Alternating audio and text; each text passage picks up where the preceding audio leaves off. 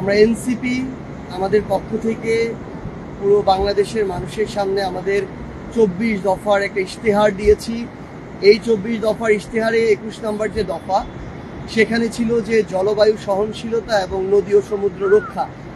বাংলাদেশের আমাদের যে সমুদ্র সীমা, এই সমুদ্র সীমা কিন্তু এখন আমাদের যে ল্যান্ডের যে সীমা এর কাছাকাছি প্রায় সমপরিমাণ। তো আমাদের একটা বিশাল অপার সম্ভাবনার জায়গা হচ্ছে আমাদের এই সমুদ্র। এখন সবচেয়ে গুরুত্বপূর্ণ হচ্ছে এই সমুদ্রকে, এই ব্লু জিনিসটাকে আমরা কিভাবে ব্লু ইকোনমিতে পরিণত করতে পারি, আমরা কিভাবে আমাদের এই যে বায়োডাইভার্সিটি জীববৈচিত্র্য রক্ষা করতে পারি, আমরা কিভাবে আমাদের জায়গা থেকে আমাদের এই যে সমুদ্র তীরবর্তী যে মানুষেরা রয়েছে তাদের যে সাস্টেইনেবল একটা জীবন ধারণ সেটা নিশ্চিত করতে পারি। কিংবা আমাদের খুব স্বাভাবিকভাবেই আমরা দেখছি যে গ্লোবাল ওয়ার্মিং এর কারণে সমুদ্র পৃষ্ঠের যে উচ্চতা সেটা বৃদ্ধি পাচ্ছে, পৃথিবীর তাপমাত্রা বৃদ্ধি পাচ্ছে।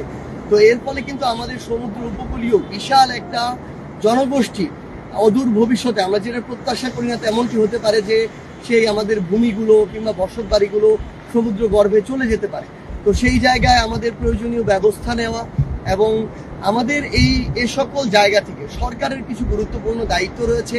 যেমন এই যে পূর্বাভাসগুলো দেয়া হয়, এগুলো যেন অন্তত একটা নির্ধারিত সময়ের পূর্বে দেয়া হয়, যেন এর ফলে মানুষের যে ক্ষয়ক্ষতি হওয়া এটা যেন কমে আসে। ওইটুকু জায়গায় আমাদের সক্ষমতা অর্জন করা প্রয়োজন। আমাদের এই সমুদ্র, আমরা এখন কক্সবাজারে আছি, এই সমুদ্রটাকে যেন আমরা আমাদের সম্পদে পরিণত করতে পারি। সর্বোচ্চ ধরনের খনিজ সম্পদ থেকে শুরু করে এগুলো যেন আরোহণ করতে পারি এবং এই আহরণটা যেন খুব স্বাভাবিকভাবে সাস্টেইনেবল ওয়েতে হয়, এগুলো আমাদের নিশ্চিত করা প্রয়োজন। এবং আমাদের দিন শেষে যদি আমরা আমাদের নদীকে রক্ষা করতে পারি, সমুদ্রকে রক্ষা করতে পারি, আমরা মাছে ভাতে বাঙালি বলতাম নিজেদেরকে, সেই আমাদের মৎস্য সম্পদের যে বিশাল এক আধার সেটা কিন্তু আমাদের নদী এবং সমুদ্র, এবং আমাদের যোগান আসে এখান থেকে। তো আলটিমেটলি আমাদের সব কিছু জীবন ধারণ, চলাচল, বসত বাড়ি, খাওয়া দাওয়া, লাইফস্টাইল আমাদের নদী এবং সমুদ্রের সাথে জড়িত। আমাদের এই জন্য আমরা মনে করি যে আমাদের এই টেকসই নদী এবং সমুদ্র আমাদের দরকার। এবং দিন শেষে আমাদের এই যে জলবায়ু, আজকে আমরা দেখতেছি যে কক্সবাজারে যেখানে সেখানে কয়েকটা ইট পাথর বালি এনে বিভিন্ন বিল্ডিং তুলে ফেলা হচ্ছে, কোনো ব্যবস্থাপনা নাই। যেখানে সেখানে মানুষ জমি দখল করছে, যেখানে সেখানে সরকারিভাবে সরকারের বিভিন্ন লোককে টাকা দিয়ে অবৈধভাবে লিজ নিচ্ছে। আমরা দেখছি যে সমুদ্র সৈকতের পারে এখানে প্রাচীর দেয়া হচ্ছে, আমরা জানি না এগুলো কোন গবেষণার ফলাফল আসলে। তো এই যে অব্যবস্থাপনা, আসলে এই অব্যবস্থাপনা থেকে আমাদের অন্তত যেগুলো পর্যটন কেন্দ্র আছে, আমাদের প্রাকৃতিক যেই নৈসর্গগুলো আছে বাংলাদেশের গুরুত্বপূর্ণ, সেগুলোকে আসলে রক্ষা করা প্রয়োজন।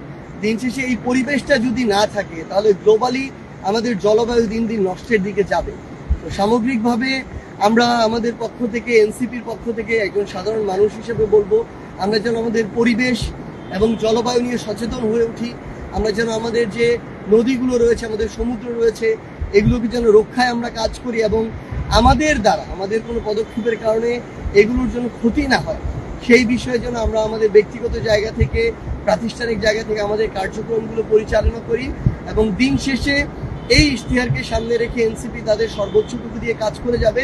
ইনশাআল্লাহ আমরা একসাথে আমাদের এই যে কাঙ্ক্ষিত বাংলাদেশ, যেই বাংলাদেশে আমরা সুন্দর করে আমাদের পরবর্তী প্রজন্ম সহ পরবর্তী প্রজন্মকে সামনে রেখে বেঁচে থাকতে চাই, সেই বাংলাদেশ আমরা গড়ব যেখানে গ্লোবাল ওয়ার্মিং এর যে একটা প্রভাব, এই প্রভাব তুলনামূলক কম থাকবে।